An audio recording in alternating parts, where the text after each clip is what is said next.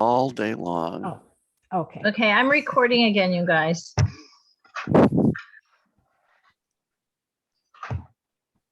Okay. Silence. Okay, let me just see. What do we got? Who do we got here? Jasmine, hello. Brittany, hello. Yeah, what we don't have is the agenda page up. I posted it. Did you not No, see we it? have the agenda, right but we're there. looking, yes, but we're looking at Zoom. It's the next, the agenda is page 2. Oh, sorry. It's like it's there. What are you talking about? Yes. Okay. Now I can see. I can't see all the participants here. Right. That's what's fun about sharing the screen. Yeah. That is. Okay, so who's here, John? Is Teresa, Brittany, Donna, Dorit, Jasmine, myself, and you. Great. So of the people who helped us write who are we missing? We're missing. I think that might be it. Michael has been around, but There's anyway. something happened with Michael's family again. Somebody got Okay. sick again.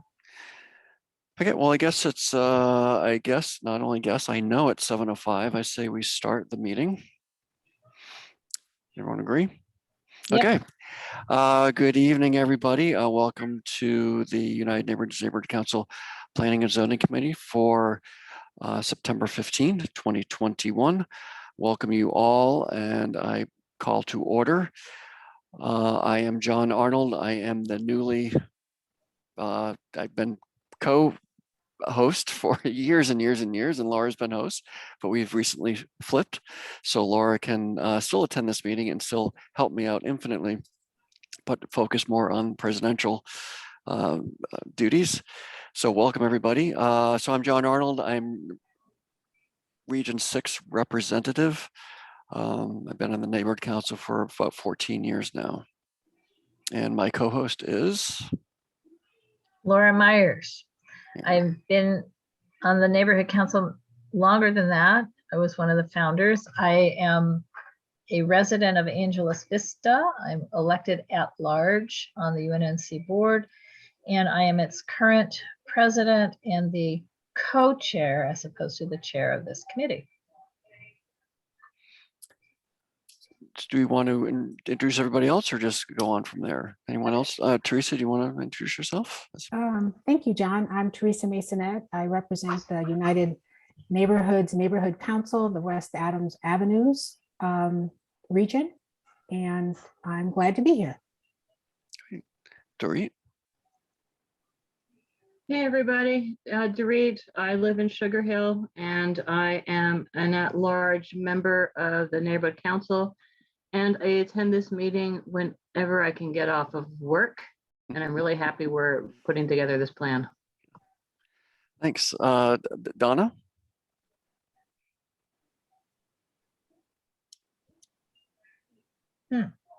Okay, we'll get back to you, Donna, if you choose to introduce yourself. Brittany? Brittany's been around, lurking around our committee for a couple of years now. Yeah, hi everyone. My name is Brittany and I'm a neighbor and community organizer of the area. I'm also a public health and urban planning student. So yeah, lurking, I guess is the right word, but lurking is not a right word. I feel bad that I used it. No, not at all. I'm just happy to be here to learn from everyone. So thanks for having me. Great. And Jasmine? Hi everyone, Jasmine. I live in the Avenues and I'm an at-large member. Great. We have I think we have every section of UNNC covered here. Yeah. So, and by the way, John, I now call it Zoom TV as opposed to lurking. Okay, so we have the agenda in front of us, which was posted over the weekend. Anyone have any amendments? And if no, does anyone want to make a motion to approve the agenda? I'll make a motion. Teresa, okay. I make a motion to approve the agenda. Okay. Do I have a second? So guys, John and I are trying to avoid being the seconders and movers. Anybody? I Just- second. Yeah, thank you very much. Okay, so let's acclamation, raising of hands, virtual or real. I'll take a vote. 1, 2, 3, 4, 5, 6. Looks like we have at least a quorum of people, if not unanimous. So thank you so much. So moving on, next is public comments for anything that is not posted on the agenda that anyone would like to speak about regarding planning and zoning issues in the neighborhood. Okay, Teresa, is your hand up or is that residual? No, it's a new hand. Okay, Uh, Teresa. Thank you, John. I have two announcements. One is regarding 3807 through 3815 West Adams Boulevard. There was some discussion about them wanting to build on top of ADUs on top of the garage. Today, the housing inspector came out and made some notations about the dilapidated garages.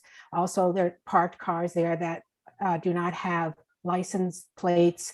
And he notated that, and he's going to place a complaint, or what we place the complaint, but whatever he needs to do to contact the owner for these violations. I know where we stand regarding the ADUs, but they said they wanted to build on top of the garages, and the garages cannot be built upon. So that means they'd have to tear them down and I guess try to build parking, which they do not even, they're supposed to provide the residents, but they don't provide the residents. And while I was there, there was someone who recently moved in, and then they had a whole story how they're being taken advantage of because they paid $50 extra each month for parking and they can't park there. So that's one update. And the other one is, I just want to give a big shout out to John and Laura.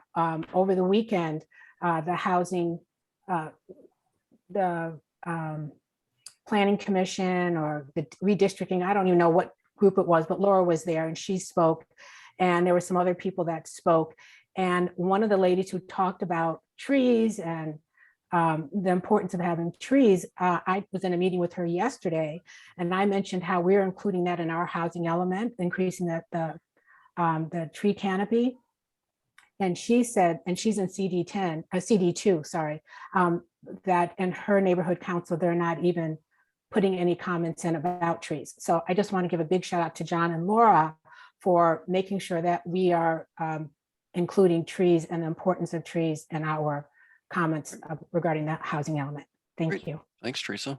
And thanks for the meeting that I think you're talking about was the Plan Check NC meeting on Saturday morning that Matt Glesney hosted, and which sorry I didn't make, but glad Laura was able to make it. So that was just a download from the planning department for neighborhood council members about what is happening. And Saturday's Well, I'm session was glad about Teresa housing made it. element.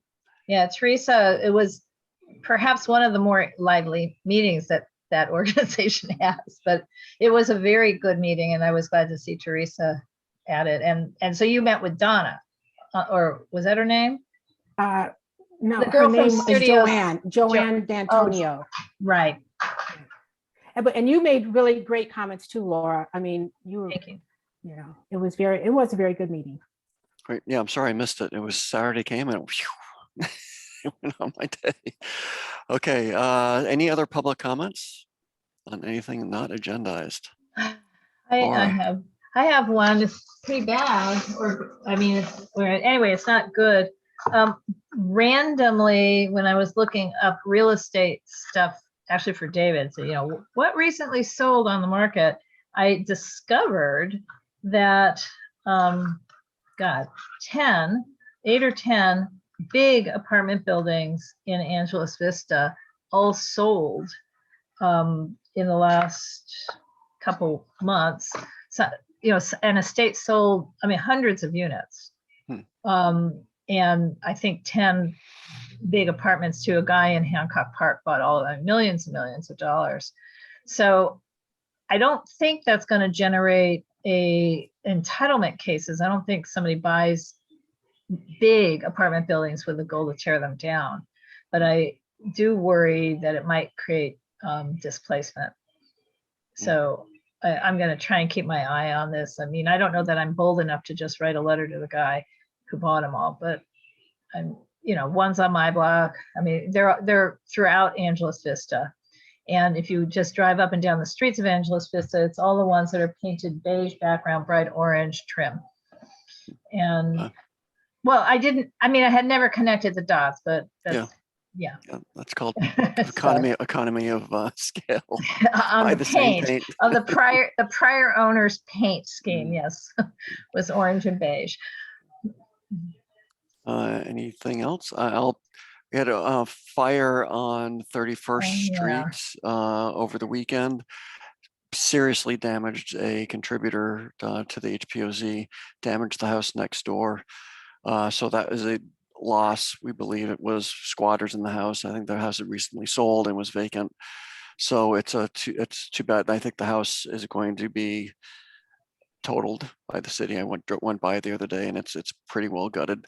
The front is still there, but it's badly damaged. Well, and I saw on Facebook the squatters moved right back in, like it happened on Wilton Place. Boy, maybe it's not an in, maybe right back on. Yeah, but there's nothing left to the roof, and like I said, I think the front is just hanging there in a thread. So it's too bad. I mean, fortunately, the Hboz will ensure that whatever gets built back or repaired will be conforming. Moved on, maybe. Moved on, whatever it is. I'm thankful that the Hboz we won't have a carbuncle.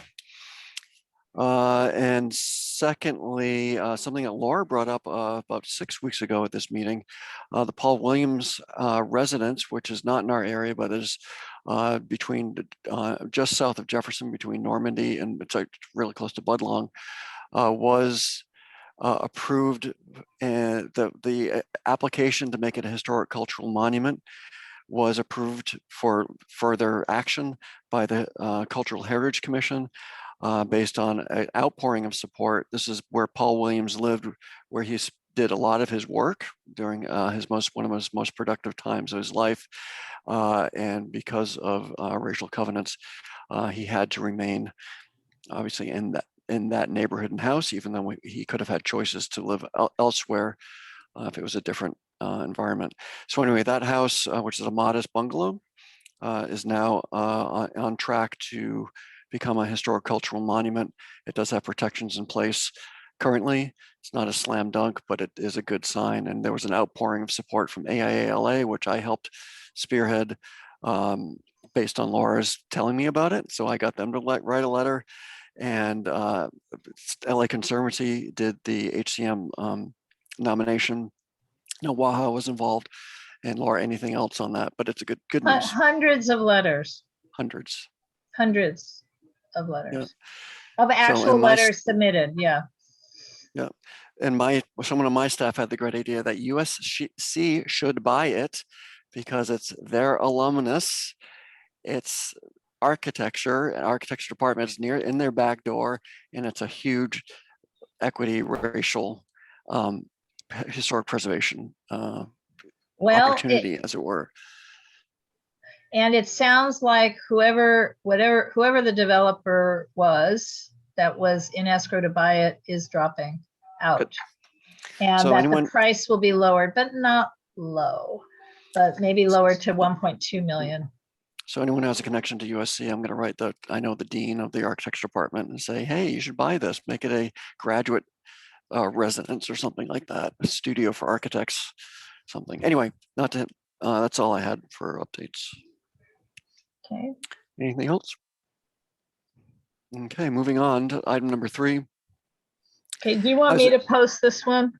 I actually wrote a paragraph of the preamble as I was okay, well then you here, post. so I can post it. Otherwise, it's not significantly changed. So as we all agreed on at the last meeting, we know we had the deadline for comment for the housing element was extended. We've been working on UNNC's letter of response to the housing element draft, which came out about 4 or 5 weeks ago, 6 weeks ago. And so our approach is to just recap what we've done. Everyone took a stab at reading it, skimming it, and picking up on issues that resonated. And we've spoken about those issues.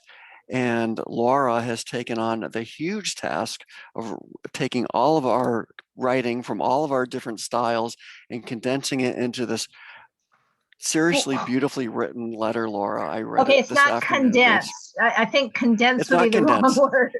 How about combined into one cohesive letter, and it is fantastic. I just read it, and it's really, really, really good. And it resonates UNNC. Not to, this is my opinion. It resonates UNNC. It resonates everything that we brought up, and it's really nicely written. So I'm going to share my screen. Anyone have any questions about what we've done thus far before I show this? I was trying to find a copy of the letter. Now I am a bit of a dingbat and sometimes I have trouble navigating Google Docs, but is there a copy of the current letter somewhere on our radar Yeah, so we well, can see it? apparently current without the preamble that John has just added. Okay, so is this someplace that we could go to? Because I love you guys, but I can't read small.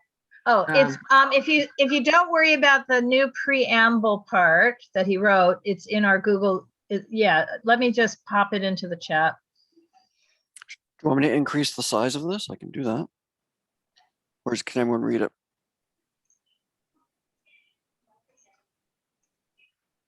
I can see it, John. Okay. Also, Dorit, it was, if you were in the agenda notice, the Google Docs, it is there.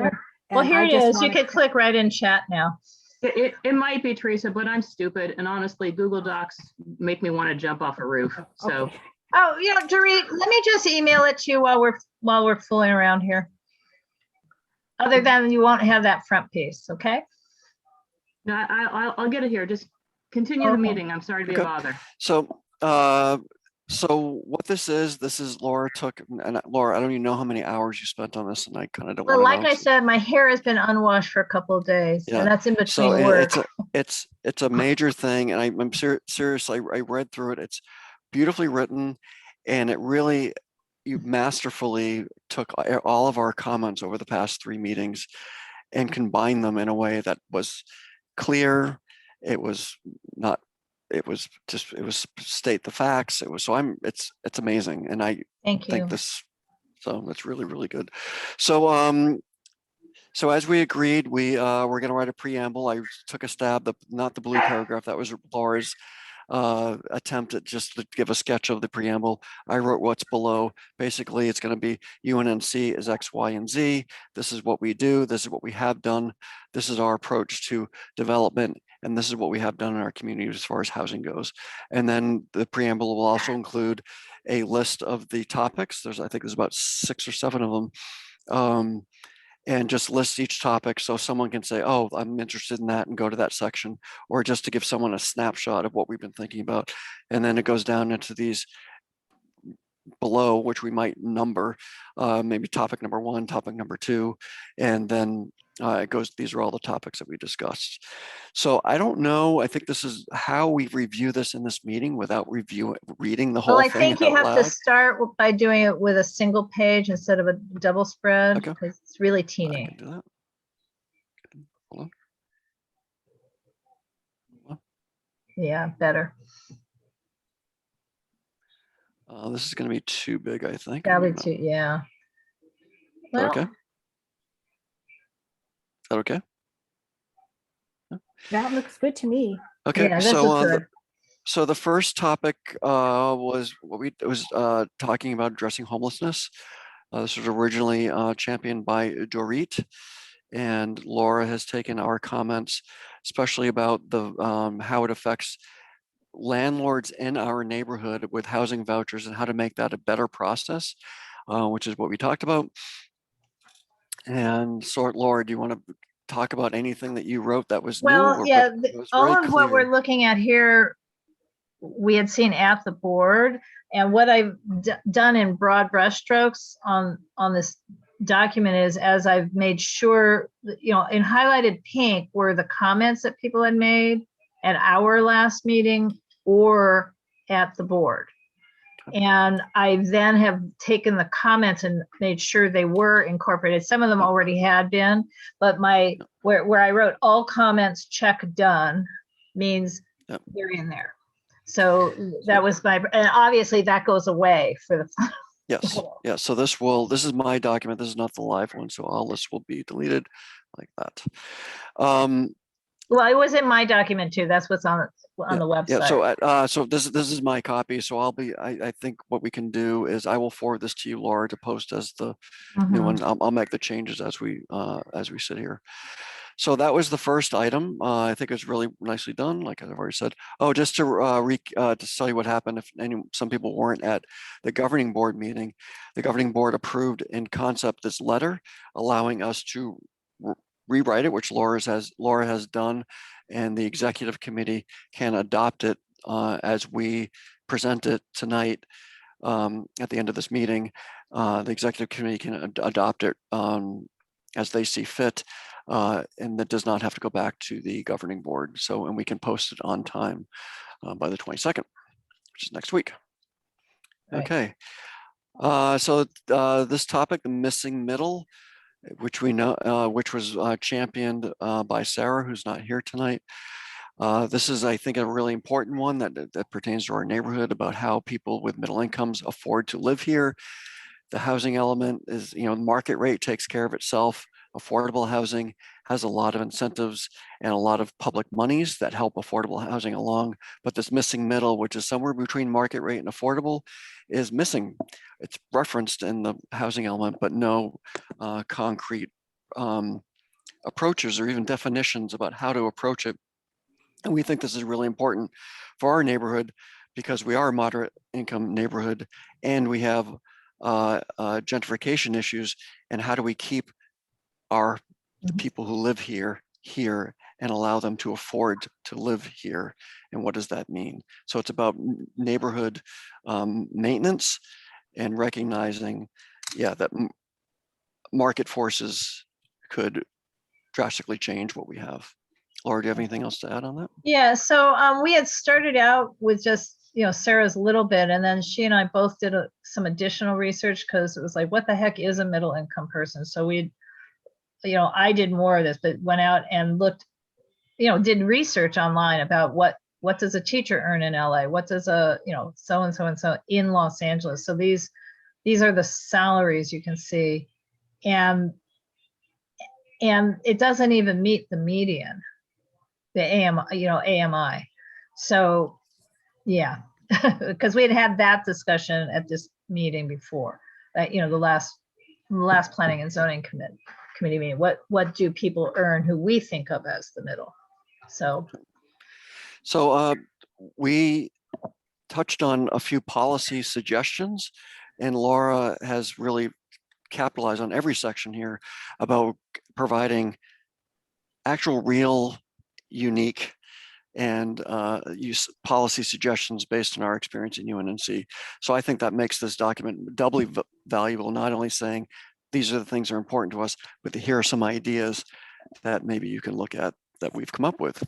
Yeah. So John, it's interesting too, because you and I both served on prior housing element task force. As I'm doing this, and looking at what people had suggested and trying to match it up to the 266-page housing element itself, it just feels like this year was so much more blather than the prior two iterations. I don't know if it's because of COVID, if it's because they're scrambling so hard to do the other piece, which is, where they have to actually identify specific lots for this round, which they never used to. But there were fewer, I think, specific programs that actually matched identified problems than in past years. There may be more identified problems too. Could be, and also the imperative is just so much more. It just seems like it was like, oh, let's see what we can do. And now this year it's like, wow, we got so much to do. And I think there's going to be so many things that aren't going to be about talking about policy, but are about just trying to enact state law mandates and trying to keep up with that. So, that said, I think that makes it all the more important to say, well, how do we affect change that's appropriate? Well, what are some specific things we can do instead of just saying we ought to do that? Yeah. So anyway. Any comments on missing middle? I know it's probably hard for everyone to read this, but I think if you can't read through it as we could scroll through it now, I think if there's anything to add or if any comments, I'm not sure how we can do that, but anyway, let me know if you have anything and I'll just keep scrolling through. Topic, creating generational wealth for minority and immigrant communities. This is about home ownership and about keeping the communities that are here and allowing them to achieve the middle class dream, which often includes building wealth through home ownership. Right. So I had received a comment that maybe the topic title itself, going back, should be a little more broad. I mean, in other words, you have to scroll backwards. Oh, sorry. Because I can't see it now. Up, the prior page. Up, this one right here. Up. Topic. That's it. Yeah, creating generational wealth for minority and immigrant communities, and maybe it's also and other communities who have experienced social discrimination, something like that. I mean, in other words, just broaden it up past, beyond just simply minority and immigrant. Teresa has her hand up because. Teresa? Thank you. Do we have to identify minority and immigrant, or can we just say creating generational wealth?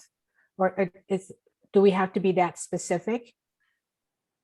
Well, I don't think so. I'm saying I got a comment from someone asking that very same question you just asked. So could it be creating a generational wealth, especially for minority and immigrant communities? Or do we not even want to discern? Well, it started out being specifically to minority and immigrant communities, but maybe it's also, I mean, if you see policy 4. So what's happened here is the edit from the last time around was adding policy number 4, a city that fosters racially and socially inclusive neighborhoods and corrects the harms of historic racial, ethnic, and social discrimination, maybe as LGBTQ, for example. So I don't know, I think creating generational wealth, and instead of just saying for minority and immigrant communities, I mean, we can eliminate that or add and any community that has faced social discrimination. I mean, it's exist. Maybe use the word diverse, more diverse, or be more culturally diverse. Or how well, about, it's not about creating?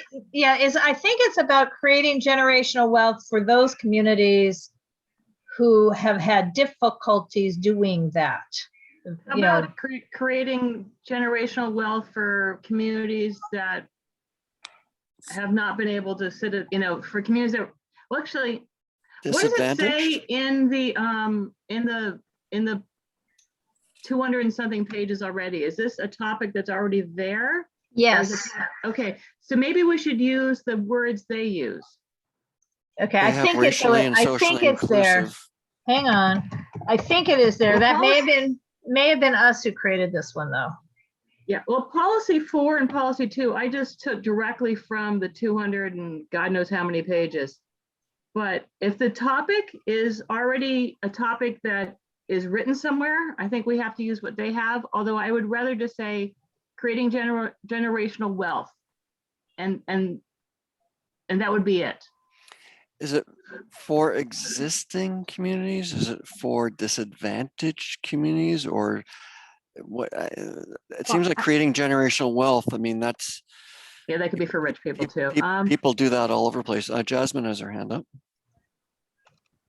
Yeah, I just think I think Laura already said, I think the point was to get at creating generational wealth for folks who haven't been able to access it or build it. Right. So maybe using the phrase like, I think someone mentioned disadvantaged or maybe like marginalized or historically disenfranchised communities, something of that nature, but something to get that's at the fact good. that there are specific communities that have not been able to build that wealth. So creating generational wealth for historically disenfranchised communities. Isn't disenfranchised mean about voting only? No, What is the Not when you're definition? not when you're talking about wealth. Green for historically, is it disadvantaged or disenfranchised? Disenfranchised. And marginalized is a good word too. I like marginalized too. Anyone? I'm That's fine. good with either. I'm fine with marginalized. I like marginalized. I like marginalized too. Okay, there you go. Maybe Jasmine, since Jasmine originally said it, maybe she could say how she feels about the word marginalized instead of disenfranchised. I suggested marginalized as well, so I'm fine with that. Well, cool. I'm sorry, I know I threw out like several words, but yeah, that was one of them. So that's fine with me as well. So the definition of disenfranchised means deprive of the right to vote. Well, Says you mean that's the internet. only It can also thing? mean That's what it says. That's what I. That's We use it in education too, so okay. I think it's been adopted for Marginalized lots is of a things. very Okay. good word. It's Yeah, a I second. think we're It's a good on second. marginalized. Yeah, it's a second. There is one for right or privilege too, but so anyway, just Because that's, disenfranchised is not really appropriate. Okay. so I like marginalized. Okay, we're good. Okay, let's move on. Anyone else have any? Again, I read through John, this. don't forget to hit John. Don't forget to hit save every once in a while. Oh yeah, I'm a expert saver. Okay. Okay. I just didn't have even one- have to do it when you said because I had just done it a few seconds ago. Okay. Okay. The only thing I would change was where it says achieve the middle class dream. I would say achieve the American dream, unless Okay. people are completely against that. But that's the only thing. Everything else is stellar. I like that.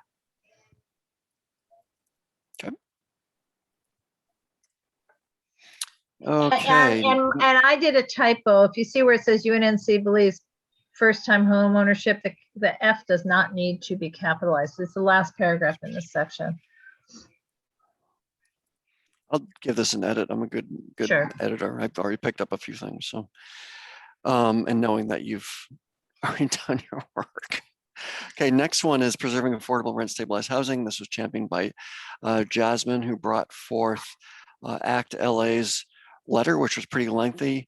We were hesitant to embrace the entire thing without digesting it. So we have digested portions of it, and we referenced the letter directly and or sections of the letter, which are sub-headlined here. Laura, do you want to give a synopsis of this? This was your Well, much of that surgery. wasn't edited, and then later it became edited. So, Mhm. so you know, the ACT LA part was up till you see the word conversely.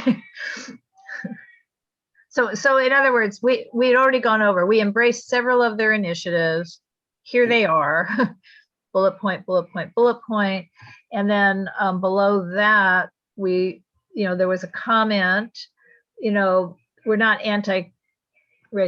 Oh, I'm pointing. How would you see what I'm pointing to? Where it says, conversely, UNNC would also like to see a program or programs that encourages the creation of condominium and other ownership frameworks that do not also encourage displacement.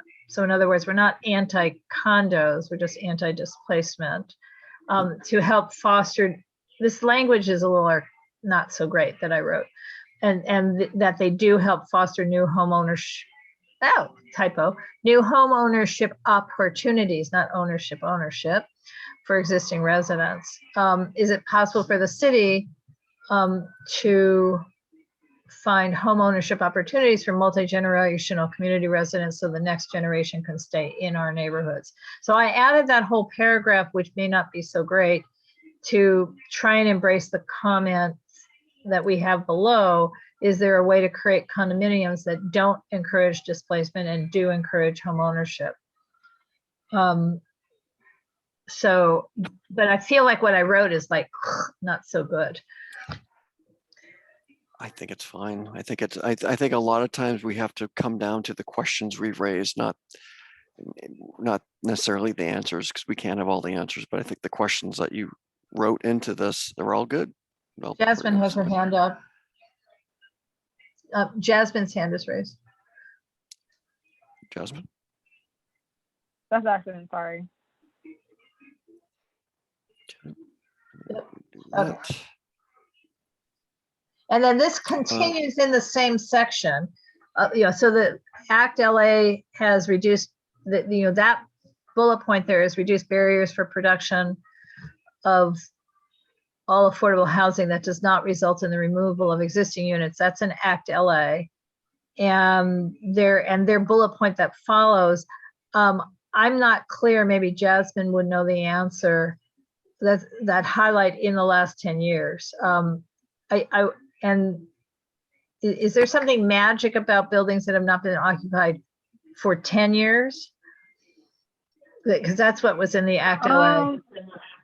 Yeah, I think like in a number of the policies that we've sort of like proposed and supported and worked on in the past, that's just sort of been our magic number, because it doesn't create too, I guess, great of a barrier for folks to be able to build on formerly occupied sites, but it also ensures that folks aren't buying properties, kicking people out and holding on to them. Because if you don't put like a look back on it, that's actually a common practice. And so that seems like a sweet spot to ensure that new housing can be built, but folks aren't buying properties just to kick people out and wait until they can.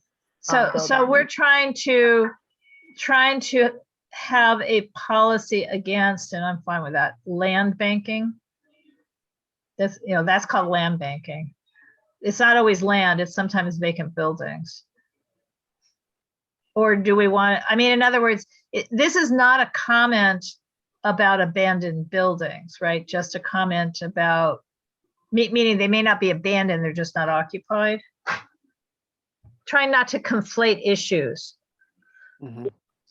Right. Well, the issue here, I guess, is like removal of existing units. So it's really getting at sort of like the use of Ellis Act to remove folks from, taking units off the market, kicking folks out of buildings. So I guess that's what this is getting at. Got it. So it's not really, okay, so I understand. It's not about like Ross Plaza's half empty for many years. It's not about that, because that's a commercial building. Meaning this is Right, about exactly. a landlord, a person who bought a residentially occupied building. Anyway, so this is from the letter directly. I just had highlighted in the last 10 years, and it's up to the rest of you guys if we should keep it at that time frame. Or Jasmine, do you have anything to add to this that will flush this out really?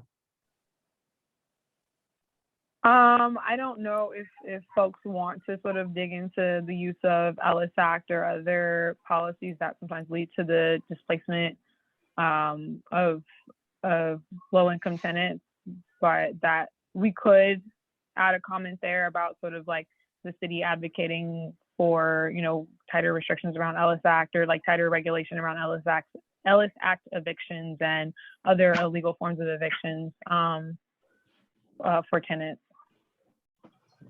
Tighter restrictions. Yeah, tighter restrictions or regulations of it, just ensuring that like people are not abusing Ellis Act or using other illegal eviction tactics to push folks out of buildings, which I think that's essentially what this is. It's reducing barriers for production, but ensuring again that, because again what we see is like Ellis Act or other illegal forms like under the table cash for keys or harassment, other means of like pushing people out of the building in order to like flip a building into luxury housing or even like condos. So ensuring that there's tighter restrictions and regulations around the use of Ellis Act and other illegal forms of or not other, because Ellis is not illegal, but Yeah. Ellis Act and illegal forms of eviction that lead to displacement of tenants. Yeah, John, we're not advocating against legal forms. Yeah, no, I was saying, yeah, I think anything illegal is not allowed. That contribute. Well, you would hope, but I think what Jasmine is saying, because I see it a lot, even illegal is not quite the right word, but it's Yeah. you know, or just other forms of eviction. forms of her, you know, or other forms of eviction. Ugh. Okay, what's really happening, So what John, do you- is that they're using cash for keys improperly and or harassment. And, you know, so let's just fix that sentence. Let's Yes, get through here, but we know what, that's- just highlight yes. it and we know we can Yep. fix the sentence. Yep. Yep. Because I Okay. do understand where we're coming. Teresa has her hand up though. Thank you. And Dorit has hers up too. I don't know if you guys can see it. Yeah. I want to comment on the 10 years because it just seems, based on what Jasmine just said, that it's sort of arbitrary, that number. So maybe we need to decide what number reflects what could happen to us. And also, Laura, if you could explain more about land banking, does that happen a lot in our community? And what does that mean? Well, it doesn't happen as much here as it might happen closer to USC, actually.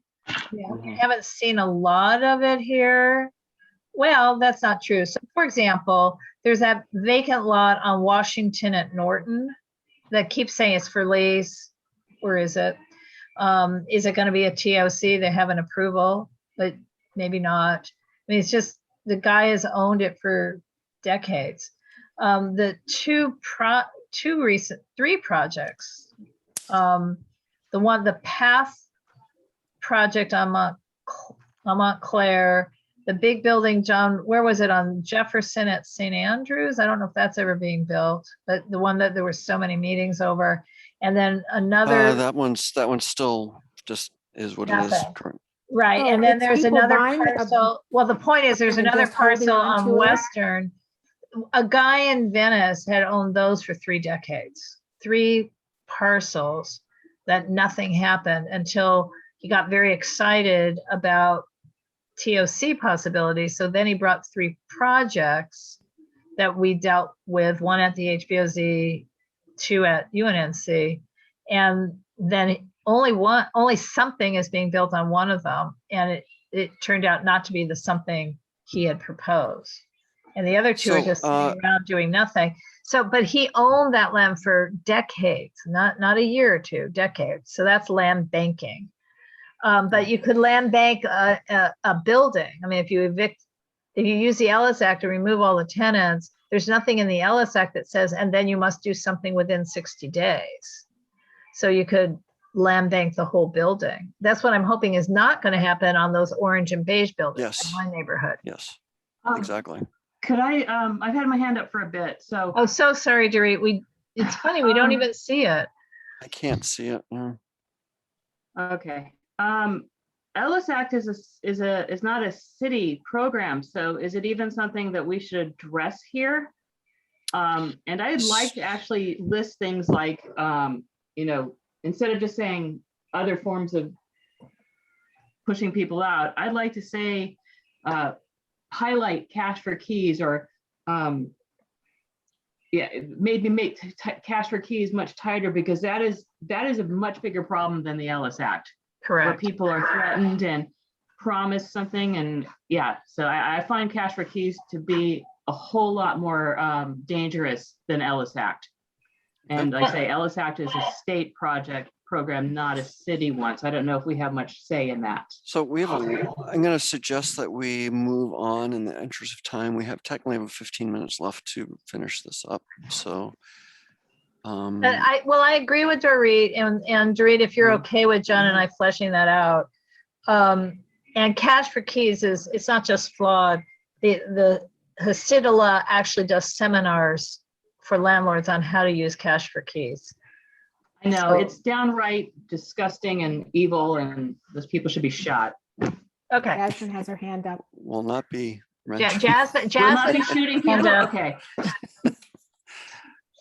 Yeah, just a quick response to folks things have said. So the 10 years, it's not necessarily arbitrary. This is, again, like the sweet spot that our partners have found in terms of working on the ground and with legislators around this. So it's been incorporated into policies, and this is the number that we use when we advocate for certain policies.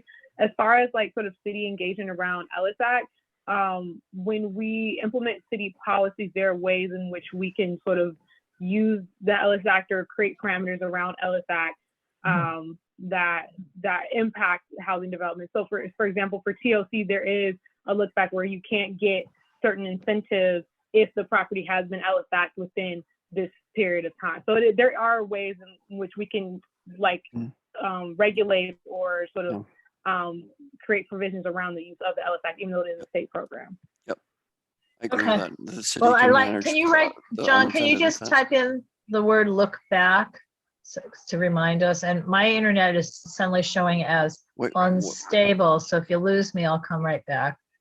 what do you want me to write? Look back. Look What? back. Just remind us to say look back.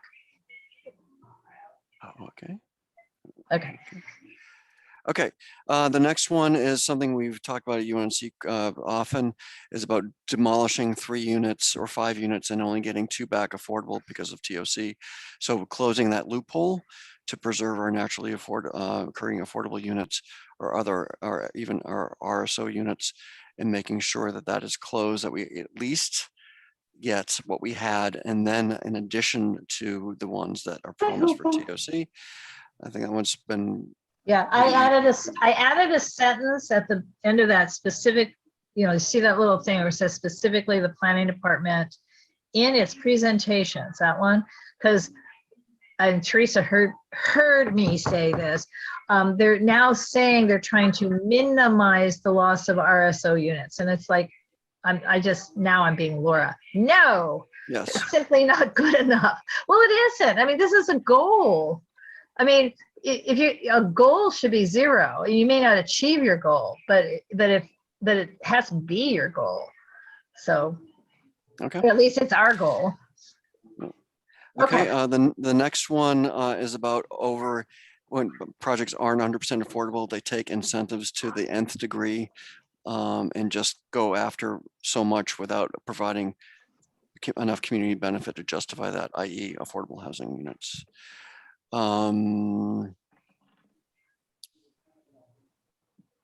This one, Laura, can you review this one? Yeah, this one was in, this isn't new. Oh yeah,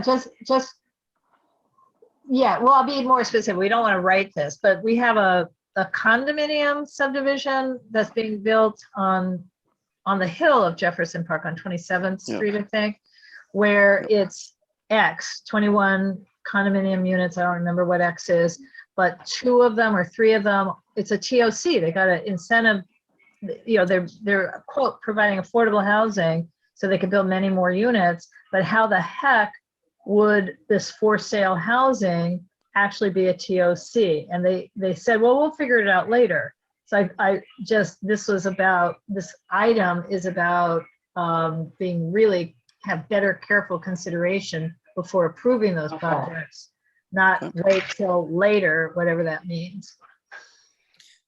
Equitable distribution, we've always felt like between us, South LA and Hollywood, we've been taking the lion's share of affordable housing units. That's not a bad thing. We welcome our new lower income neighbors, but we wanted to find a way to say we need to distribute this around the city, you need to find a way to distribute this around the city because that's the way it should be, because there are resources all around the city that people should have access to, including jobs, parks, schools, retail environments. So there's a benefit to that, to make sure that people benefit from whatever assets, resources that neighborhoods have around the city. So we framed that argument in that way. Right, and then this is the section that's somewhat new. I mean, not new, we had basically blathered because we never got to it at the governing board. So this is a more, this is writing where it's not just notes that we had before. The part in blue is my brand new ideas. So we should look at that.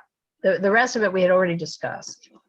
I like this because it shows that we're realistic. We realize that there are market forces that are a magnet to have housing built here, i.e. land costs, but it certainly that can be, you know, it's only a shadow of what construction costs are, land costs. Right. And then what can the city do to help offset that? So there isn't so land that's more expensive than the neighborhoods isn't more affordable. And that doesn't become one of the market forces that makes everything happen in places where land is cheaper.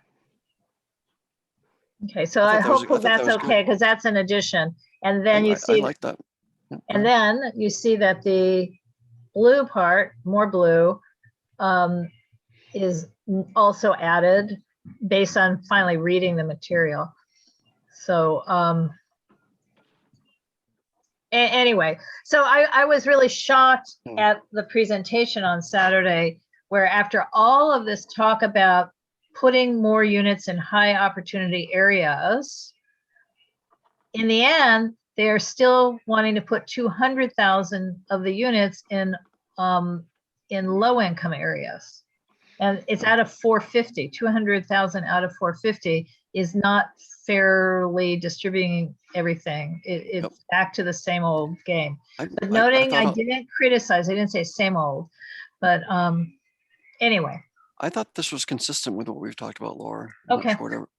Yeah. I think it was consistent. I'm just saying it's new material that we hadn't reviewed previously. No, I think it's good. I like that. I don't know if anyone else has been able to read it in real time here, but I thought it was good and appropriate. I couldn't even tell that that's why things were blue. Oh, things were blue because they were added, because this whole section hadn't really been written, unlike the other sections when we were at governing board. Thank you for calling out Ventura Boulevard, because that specific plan is the worst in the city as far as excluding anything but the tweest suburbanist development. Okay, next is a shade tree canopy, which was championed by Teresa.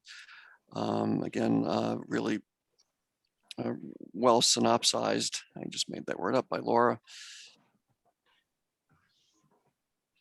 About just providing, making sure that when development happens, that tree canopy comes with it, and having stricter methods to ensure that that tree canopy survives and thrives, and is part of the community benefit covenants. We mentioned covenants in here.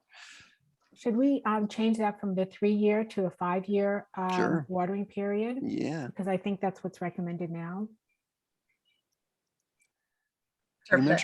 Did you mention covenants in here, Loris? I should have, but I Yeah. don't think I did. So in the blue, I said permanent requirements. See, in the blue, I should have added the word covenant. So,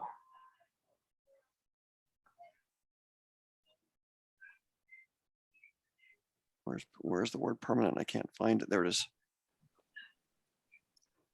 The first on the next page. Yeah. There Yeah, Can you such scroll as up just a little, covenants. John, please? Covenants.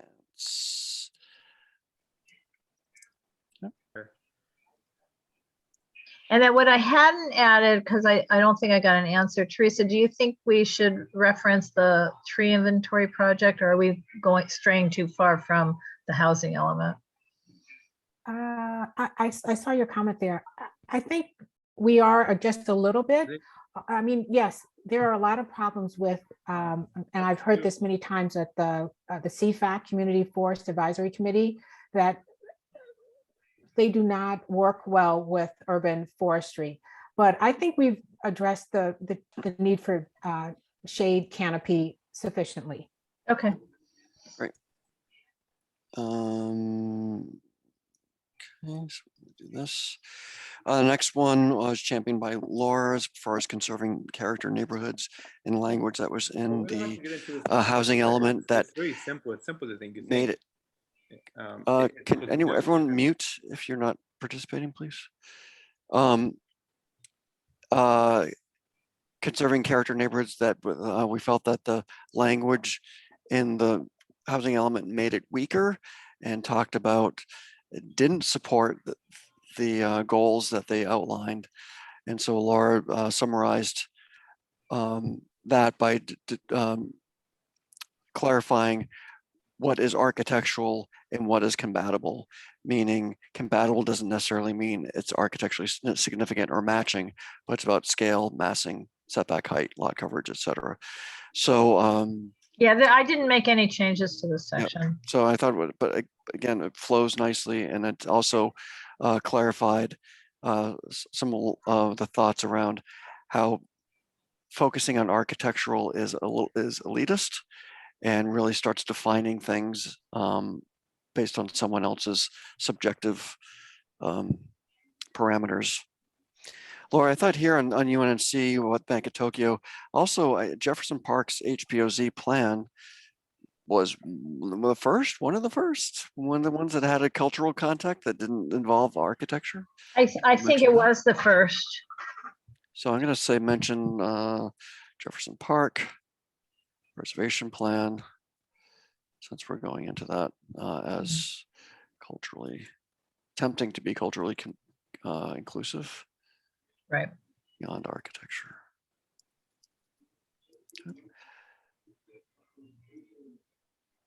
Okay, moving on.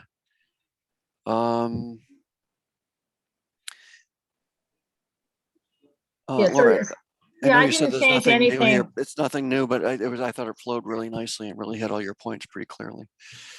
I think this is our last section. You know, this is mostly new. Yeah.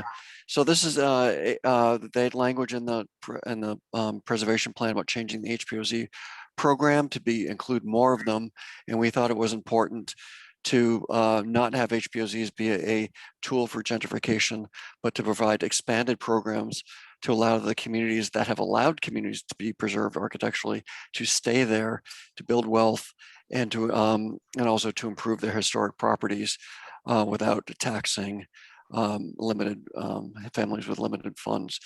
So I thought again, Laura, you made a synopsis of all that. That was pretty good. That was great. That recognized again, going back to the last section, the cultural contributions and not supporting gentrification, which often comes along with HPOZs.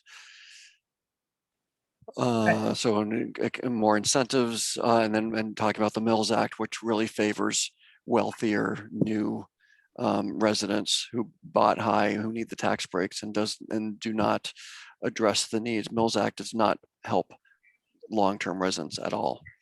Right. So and to an earlier point about talking about state programs versus city, this is a good example of where the city needs to be talking to the state legislature to fix a program, because there's nothing the city can do to fix it that doesn't involve the state legislature.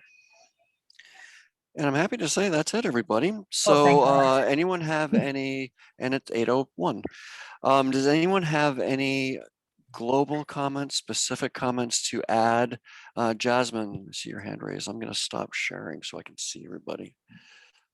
Yes, I was just wondering, I'm wondering if it's possible to add like a line or two at the beginning, just sort of like stating, I guess, what our sort of like values or goals are, what we hope to see from the housing element, you know, getting at sort of like the, you know, equity, social justice, racial justice piece of it, or like what we really want the housing element to achieve at the end of all this.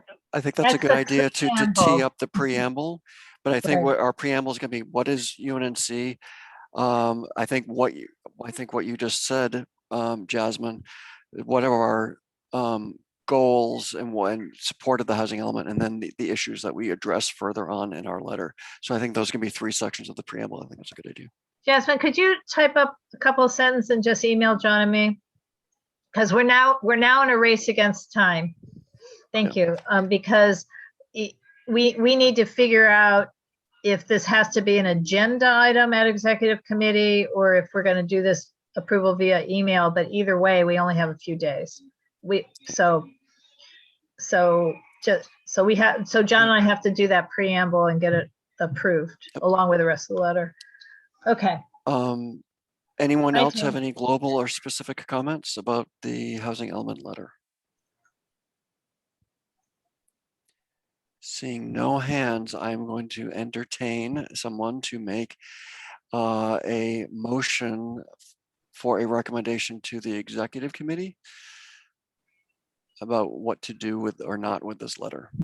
Well, no, but I think we have a governing board. I think we can just live with the motion we already had, that we finalize it, send it on, they approve it. I mean, two of the So days are. do we sitting take right an now. informal straw poll then? That is everyone good Yes, with this please letter? do. I would say let's take an informal straw poll. Either raise your virtual hand, or if you're on camera, your actual hand. And if everyone's good with this, we will send it as what we've discussed and what we've being true to what we've talked about for the past month and a half, and send it along to executive committee. Donna, where's your hand? Hey, Dennis? Donna. Okay, well, so everyone who has come to the meeting can vote because you've attended.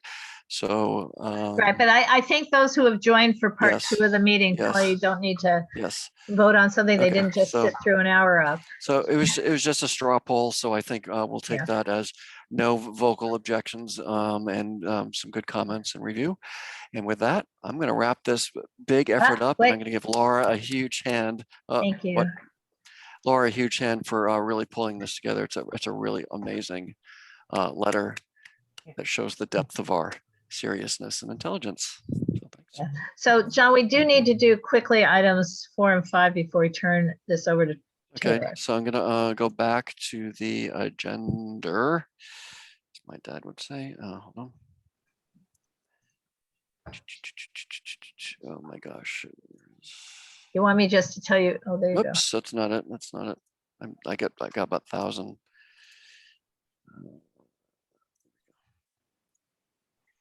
Okay, so the next one, next item is item number 4, training requirements for UNNC Land Use Committee chairs and co-chairs. Laura, can you give a Yeah, well, just synopsis very, of what that is?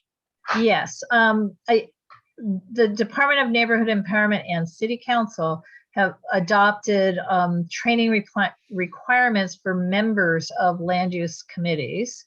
UNNC's land use committee is, we don't appoint the members.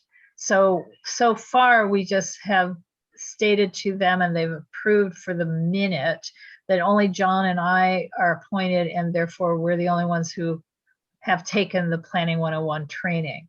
I have been informed that anyone who's appointed chair of a subcommittee also is therefore a member of a land use committee. So Taylor would have to take this Planning 101, and whoever is elected, if we choose to keep the oil drilling subcommittee, would also have to take that training. It's not currently available.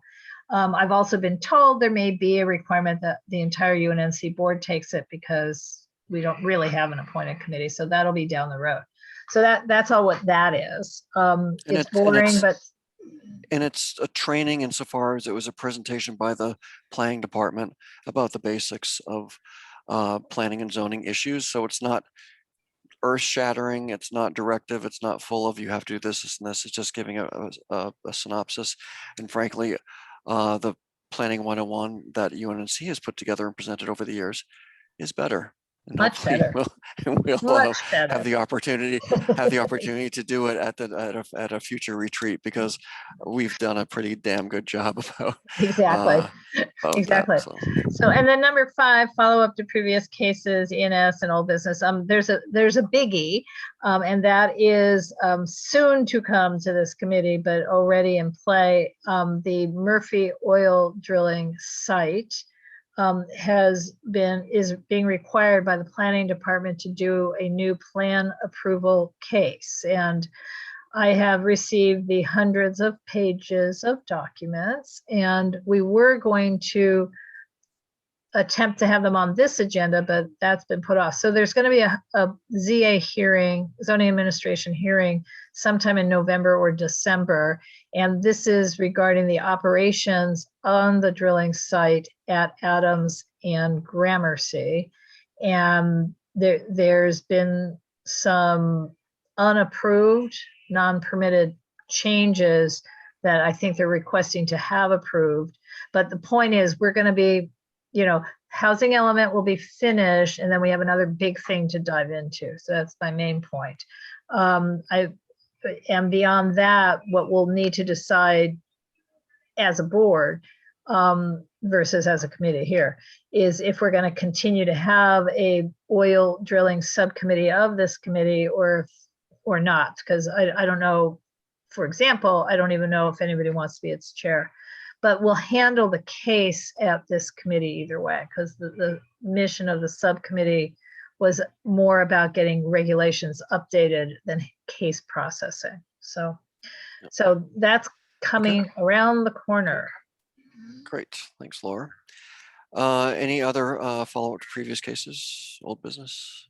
Well, the only other one is the one Dorit, don't get me mad at me, that I'm recused from, but I don't know yet if they're going to have a second public hearing before Planning Commission on 1848 Gramercy. There were so many errors with the noticing on that hearing that there's been requests to the planning department that they do a repeat.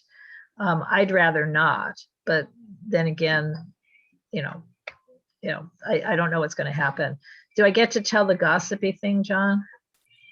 My feeling is that the winds are against that project, that everyone. But do I get to tell the gossipy thing about the notice? Okay, so I had done a public records request about this project and never expected to get one of the things I did get. So there were a lot of people complaining that the building the house at 1848 South Gramercy was never posted for the public hearing. And at the hearing itself, and I live on the block, I never saw any notice. At the hearing itself, the planning hearing officer stated for the record that planning department had received sufficient evidence that the property had been posted.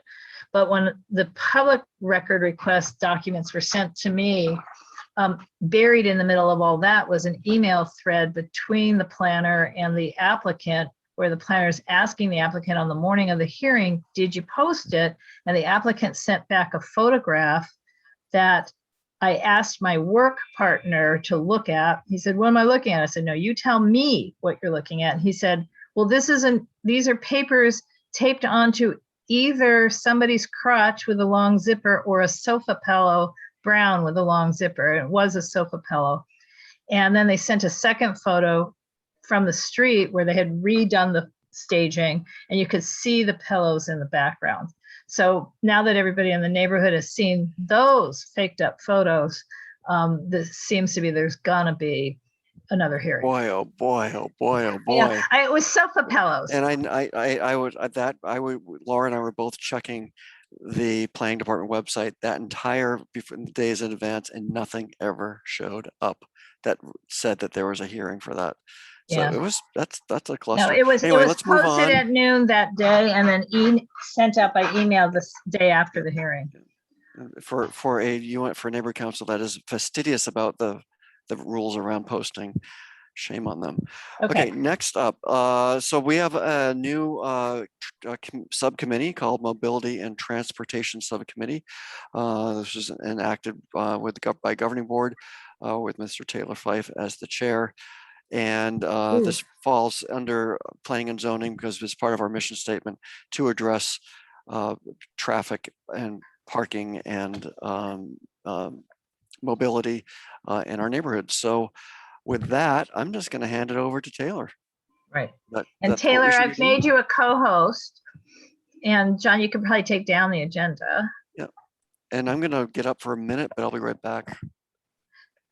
Okay, well, so hey all. So I didn't have too much to discuss for a let me share my screen. Some work stuff. Okay, there we go. So I didn't have too much to discuss. This is the same document that I had written that I presented quite some time ago, maybe more than a month ago. About ideas for the Committee on Mobility and Transportation. I haven't made any edits, so it's still in the same draft form that it was before. Happy to go through it with the group right now.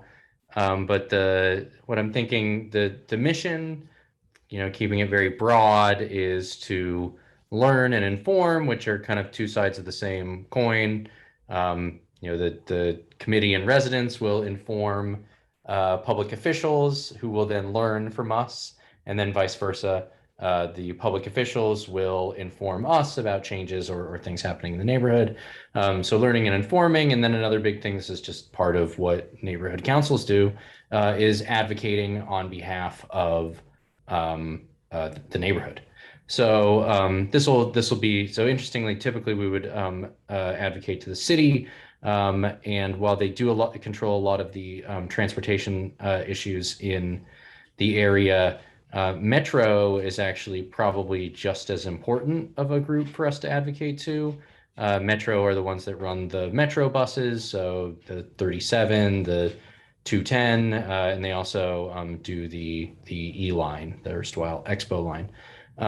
So obviously LADOT does the Dash bus on which goes down Adams. They also are responsible for the street configurations, all of that good stuff. I don't know how relevant this is as well, but they're also regional agencies. So I don't know if there's a fancy way of saying this, but the SCRRA is what I'll call it. They're the people that manage Metrolink, not that relevant to us. Then Caltrans, they manage the freeway. Interestingly enough, they also manage Venice Boulevard, which is actually Highway 187, if I'm not mistaken. Maybe one of you know, but the city doesn't have much jurisdiction over Venice Boulevard. And Western might also be a state-run highway as well. I'm not sure. Okay, so that's a lot for the mission. And then I also put in here like a vision, which is like, what are we really trying to do? So what are we advocating for is really the question here. What kinds of things do we want to learn? What kinds of things do we want to be informing people on? So I put 5 here. It might be pithier with 3. I think safety first. Metro has a big emphasis on equity. I think really the whole city does. I know you guys were just discussing the housing element, and equity was in the city document all over the place. So I think equity is a great thing to throw in here. And then, good vision statements from companies tend to have 3 bullet points. So I think we could do one more. Convenience always nice. Obviously, we want transportation to be convenient. Sustainability is obviously very important. The #1 source of greenhouse gas emissions in California is actually transportation. So it's a plurality, something like 35 to 40% of all greenhouse gas emissions is transportation. That's a major problem. And then accessibility is important. People that take public transportation, that bike and walk, are more likely to be poor and more likely to have disabilities than people who drive. So this is very important.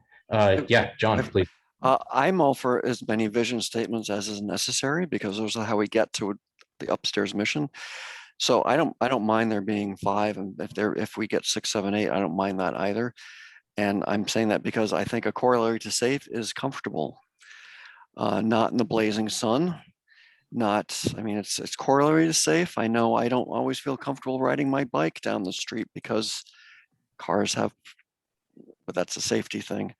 So, but anyway, I don't mind there being 5, again, or more. So. Okay, yeah, Laura. Yeah, well, I know this is a vision about transportation, but one of our often discussed things at UNNC is that the transportation visions, meaning the cities, not ours, should not be at the cost of our community. So in other words, we're not trying to move people more quickly through our community. We may want to slow them down so they visit our local businesses, making Washington or Pico or Jefferson a destination, not a pass-through. So I don't know where that fits, since this is so elegant. It should be that transportation should be this, but what it shouldn't be is something that's the means to the end of from downtown to Venice or vice versa. So I don't know how you say that, but that's been a long time problem for us, where we don't have the ear of DOT. And that's the gross poster child of that is the 10 freeway. Well, But yeah, that'd be but it's but also I think it's also the big red painted curb in front of Gramercy Apartments, which was supposed to be, we had asked for it to be angled parking, so, slow things down and add more parking. And instead they painted it completely red. The city came out and did that. and I guess my comment was to say if DOT had their way, Washington, Adams, Jefferson would all be mini freeways, getting Yes. people as quickly as possible from A to B at the detriment of the places it goes through. But yes, I don't know how you say that to become a vision. Integrated transportation is integrated with communities. Well, and Something like that. UNNC should be the destination, not the pass through, however that somewhere fits into someplace. I'm gonna add a note here, and I'll try and think about Yeah. it Yeah. for a little bit.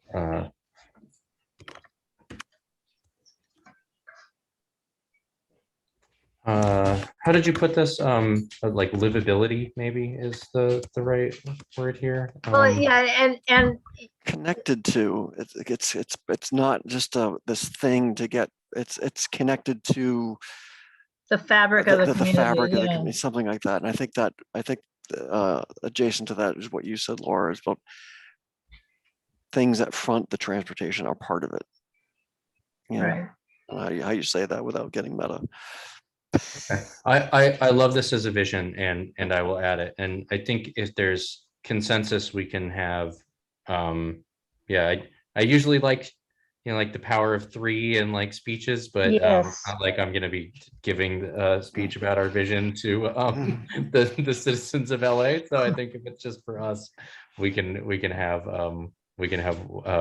way more. Jasmine has her hand up. Yeah, please, Jasmine.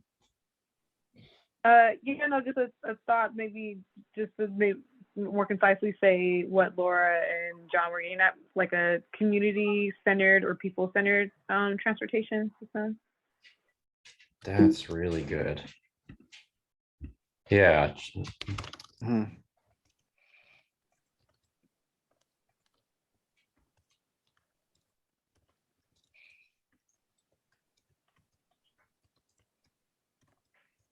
This is actually kind of a pet peeve of mine with transportation, is people often talk about moving cars when they talk about transportation.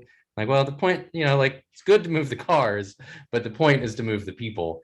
Moving cars for car's sake doesn't really accomplish anything.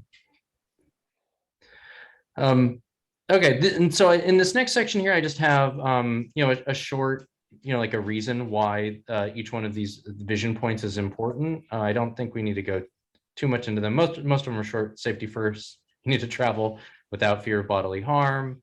Equity, obviously, very, very important. Particularly in LA. I read an interesting stat because they were talking about the proposed La Brea bus only line, so that 9 out of 10 riders of the La Brea line, La Brea corridor, don't own vehicles. So these are people who are probably too poor to afford vehicles. It's probably not people who just have chosen to live in the middle of Los Angeles without a vehicle.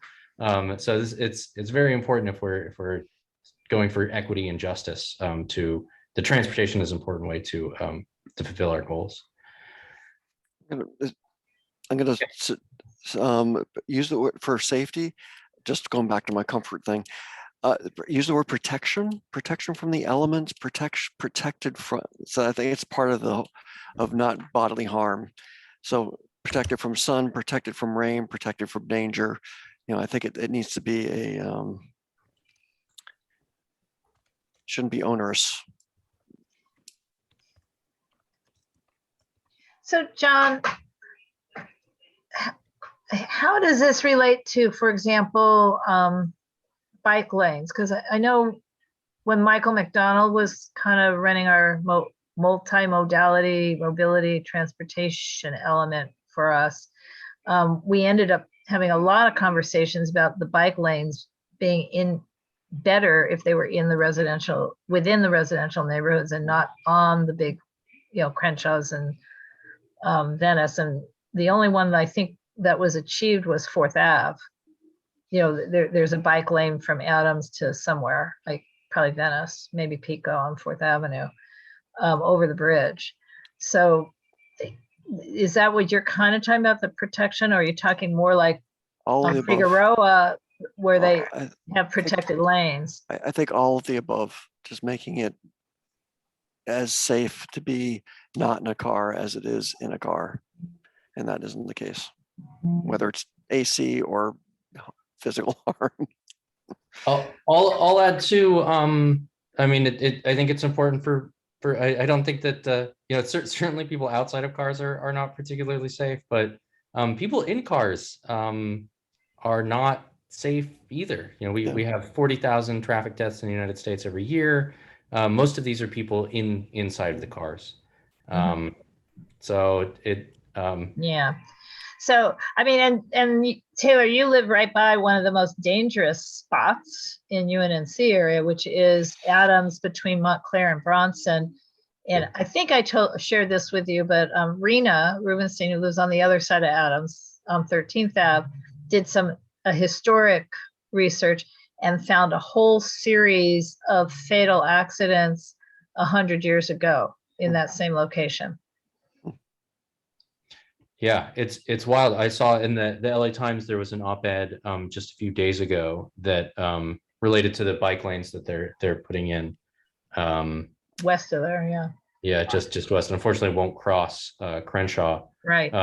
But they detailed a very gruesome death that happened on Thanksgiving 2019. So this is an old issue and a current issue, clearly.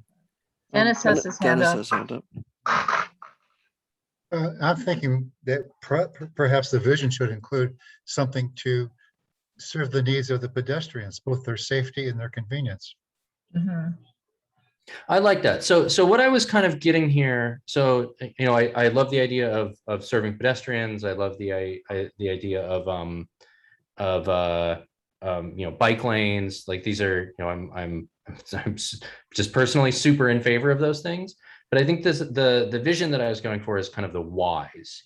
So instead of advocating for any specific remedy or any type of specific thing that we want to do, this is more about, well, why do we want that? So why do we want bike lanes?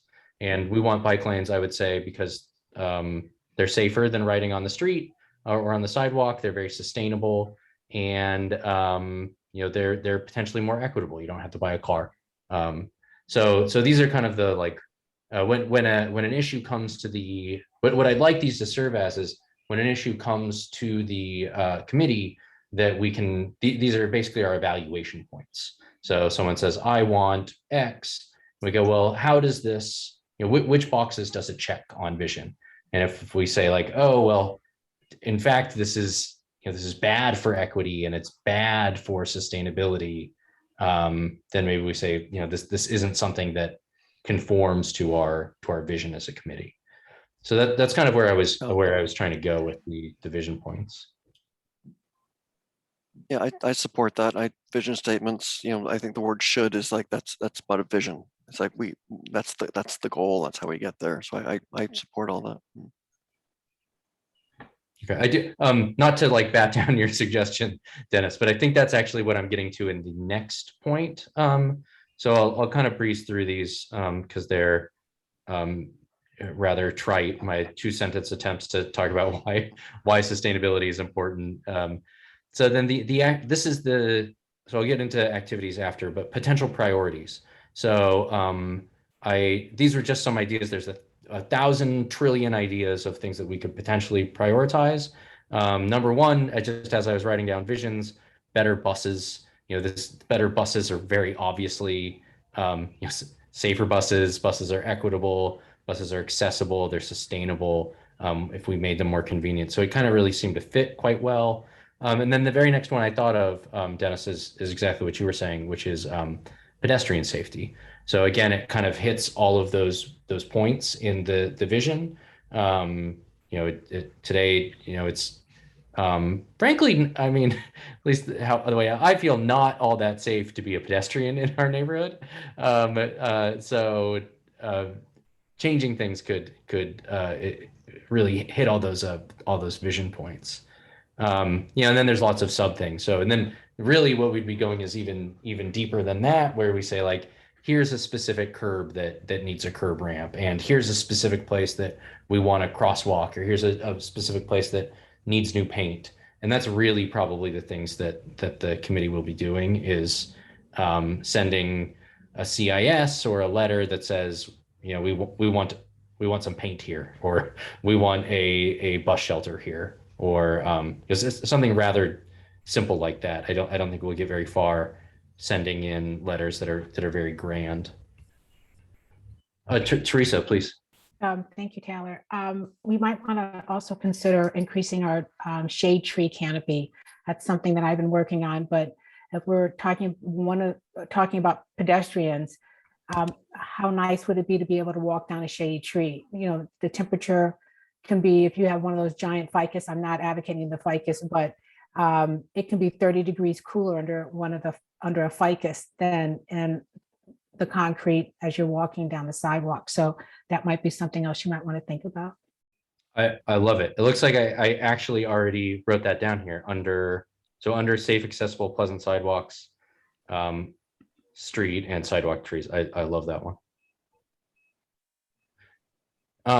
So then I get kind of, these are just ideas I was throwing out: reducing traffic deaths, like John mentioned, improving bicycle safety, faster E-line service. This may be a complete impossibility, but accelerating the arrival of the Crenshaw Northern Extension. I would love that. 2047 is a long ways away. But then, this is obviously not, exhaustive. The list could go on forever. And this I'd want to have as a sort of, this part of the document be very much a living document where anybody could add any ideas that they want. When I was running for the position, the thing that came up was that several people mentioned was speed bumps. So I think speed bumps in a few areas could be a very good thing for us to advocate for, which we'll actually get to on the next agenda item. The very last section here is just activities, which is like, what are we actually going to be doing? How do we do those? Educate, inform, or inform, learn, advocate. And I think that is probably this third dot here for the most part, which is draft motions of support and proposals for the agencies in our area, which is exactly what I think we'll be doing in just a few minutes. So I'll continue working on this draft, but does this seem like a generally okay? Are there big things that I'm missing? Is this like okay, especially like as a structure for a mission statement? I'm going to say yes, but my fellow board members may not agree. All of the committees so far have done very diverse mission statements, so there's not a approved format. So as long as that doesn't change, this, is okay. But if suddenly I get pushback from other executive committee members who want everything to be alike in a format, then it won't be necessary, unless yours is the one that's adopted. Yes. But I think it's fine. Exactly. I agree. Okay, I might just while I was thinking this over, I think I will remove potential priorities from the mission statement, because I think that's another document. That's kind of our things Right. we could work on. But everything else I think can be pretty. Right.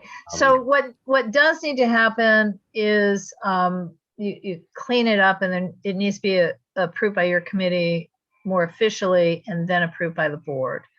And to do all of that going forward, we should make sure it's posted in the agenda packet, right? So that And in fact, if you can email this to me, I will post it into the packet as an after the fact, which is also compliant with the Brown Act. Okay. I can definitely do that. So I think we'll have this be Meaning, in our, other words, this messy draft, send to me as soon as you can. I'll post it. And then the next time it's agendized, because you're not going to be here in 2 weeks, right? I am going on vacation on Right. Saturday, and I will be back on October 6th. So the next one of these meetings is the 6th, but you probably have a little jet lag happening.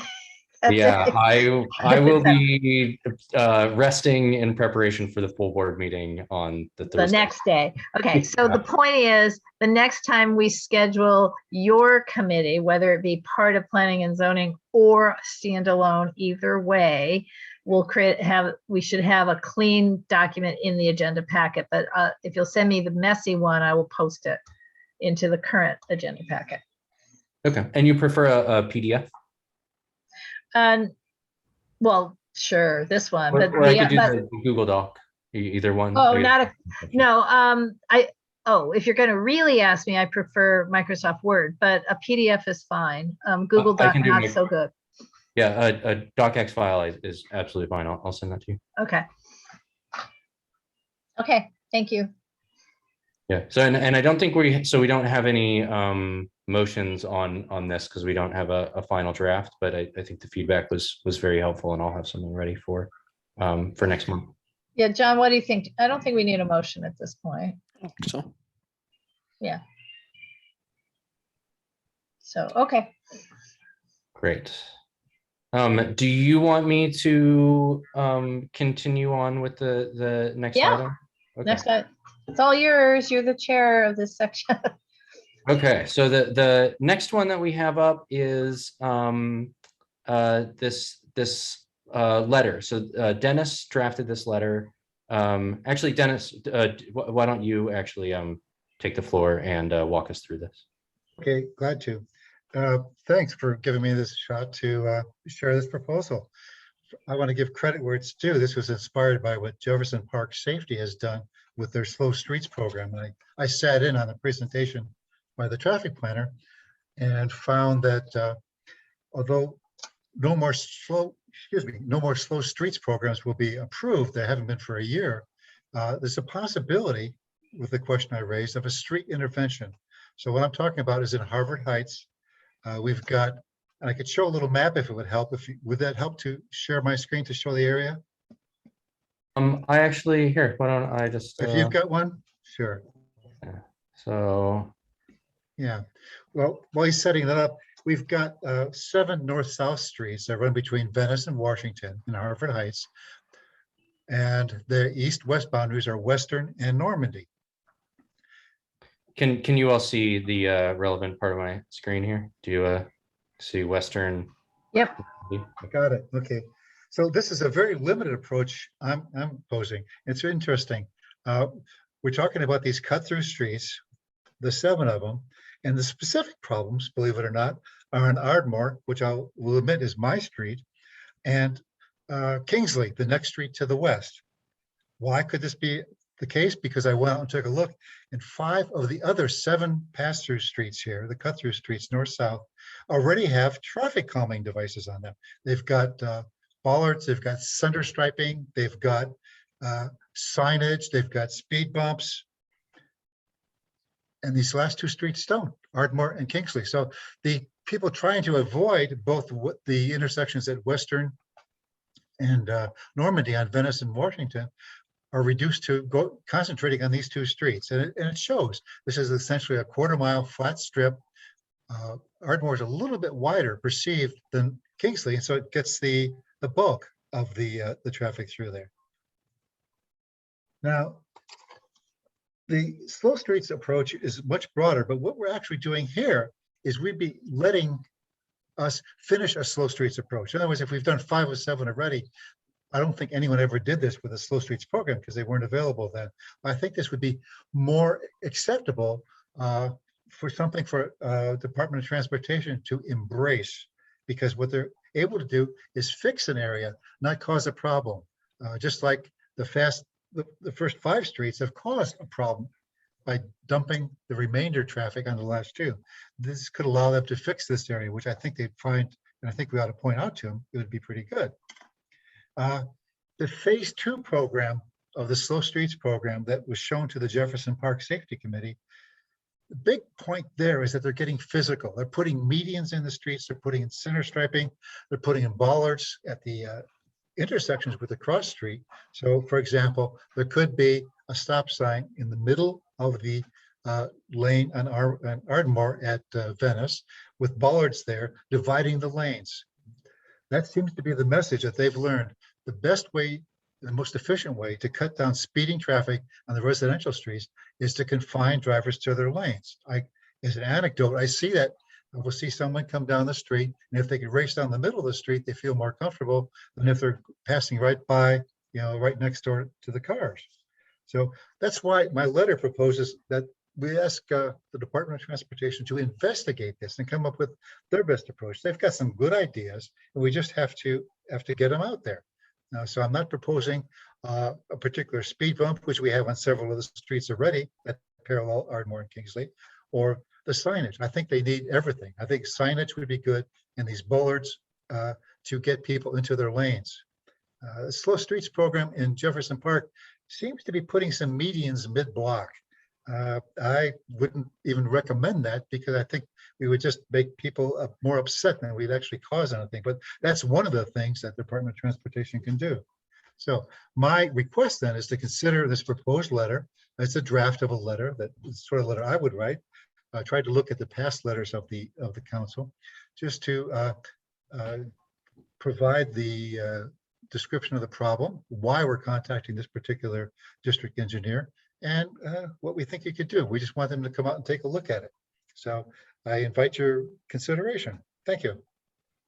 Awesome. Thank you, Dennis. So I think before we get into discussion, what we'll need is a motion along the lines of us suggesting that proposing that the full board take this up and take a vote to have Dennis send this on the board's behalf.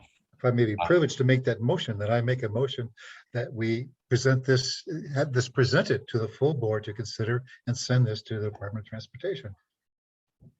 Teresa, your hand is up. Is that a? Yes, it is. No, I have a comment. I'm not quite sure that the letter should be sent by Dennis. It'd probably be more effective to come from the president. That's my first comment, and I will wait a second to hear the other comments before I proceed. As you can see, this from the president. Madam President is asking, what is the exact motion and who is making it? Because I think the motion isn't to present a letter to the board. I think the motion is to recommend that the board adopt a letter. If I made that motion, if I may correct the confusion, I'm making a motion that we present this draft letter to the board for its consideration. Not that this particular letter be sent, which is sent in the name of the president, by the way. Yeah, apologies, Teresa. That was I gave misinformation. Dennis's previous letter, he had suggested sending from himself, but then on his draft, he changed it. So sorry about that. My mistake. Laura, I'm typing the motion. Hang on. Okay. I just wanted to know if that's in proper order, the motion that Dennis posed. Well, it's just usually a committee makes a recommendation to adopt, not to just present. That that the committee would vote yay or nay to recommend to the board that it adopts and sends. It's up to you guys, but I'm just saying our usual is to cut to the chase. Laura, since there's been no second, if I may just engage in a dialogue here, I would love to have this particular letter be considered to be sent by the president to the Department of Transportation. I thought the direction to me was that we should just present it to the board for review. So accepting your comment as guidance, I make a motion that we present this letter to the board for approval and sending. Okay, so changing, so luckily I haven't moved this, there's approval for it's in this letter to, and it's going to LADOT. I'll second that, if I may. Regarding Um, yeah, hang on, I've got that. Let me.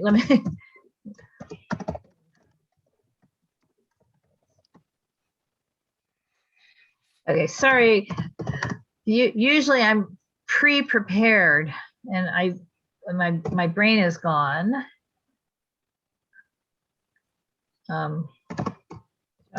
Seconds. Does that look right? I just posted it in the chat. Nice and clean, looks good to me. Yep. And I agree, Dennis. I noted that when you said draft, that means it sounds like more noodling by the board. And I said, I think it should just be this letter. Great. Yeah. Okay. Well, so then I guess we move to discussion. Yeah.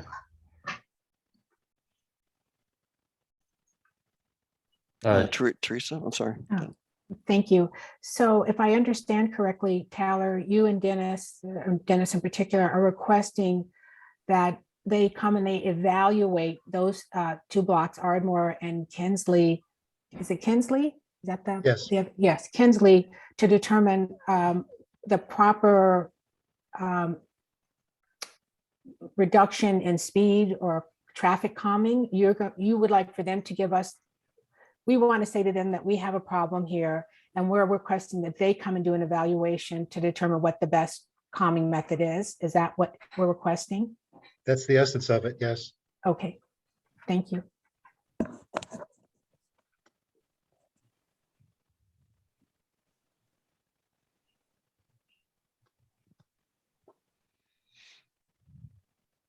If there isn't any more, aren't any more comments, are we ready to take a vote? I think we are. Yeah. Do we want to do a, can we just do a raising hands? Sure. You tell All right. us, yes. All those in favor of the motion, raise your hands. 1, 2, 3, 4, 5. That is, in fact, unanimous, but just to make sure, are there any opposed?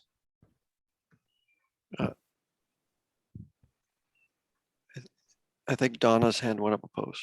Actually, okay, so we do have one opposed. So 1, 2, 3, 4, 5, 6, 7, 8. Not opposed. Sorry. Oh, sorry. I'm not opposed. Okay, so Donna's hand went up for just a moment after the others. So yes, it is unanimous now.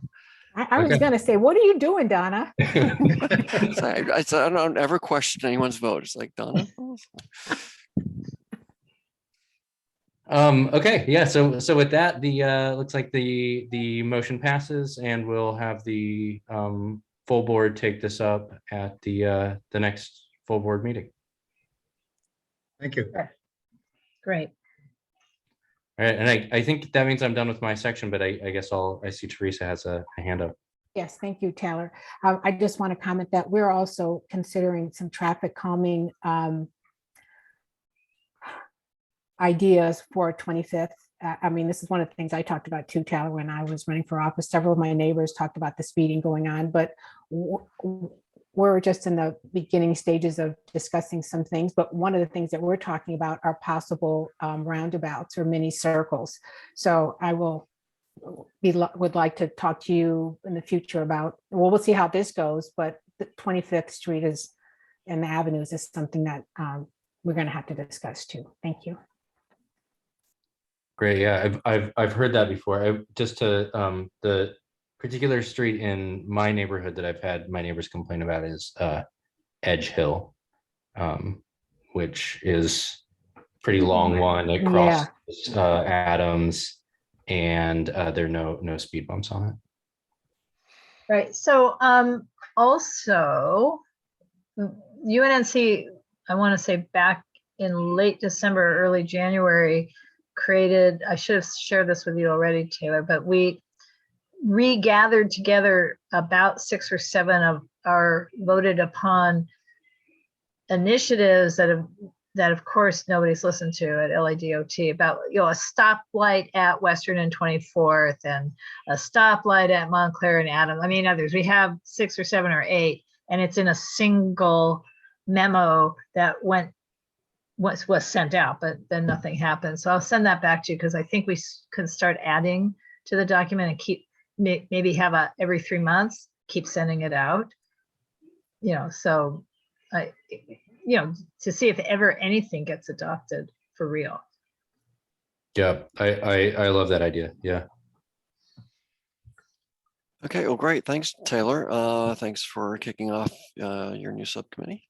Yeah, can I just make one very quick comment, which is thank you guys for humoring me as I tried to lead 2 agenda items. I have no idea what I'm doing. So any feedback is appreciated, or tips or tricks on how to effectively lead meetings. I'd love to hear it. I thought you did a pretty good job. Everyone raise your hand if you know what you're doing. Yeah, then there's that. So the only thing is, I mean, we're getting very used to now doing all this stuff on Zoom, and we finally got it together.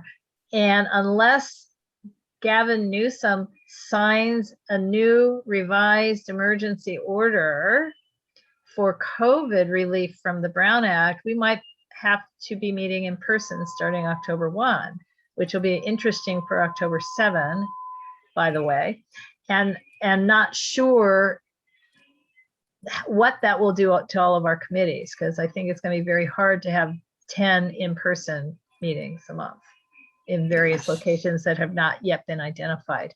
It is. So we're used to this. It actually works. This works very well for committees.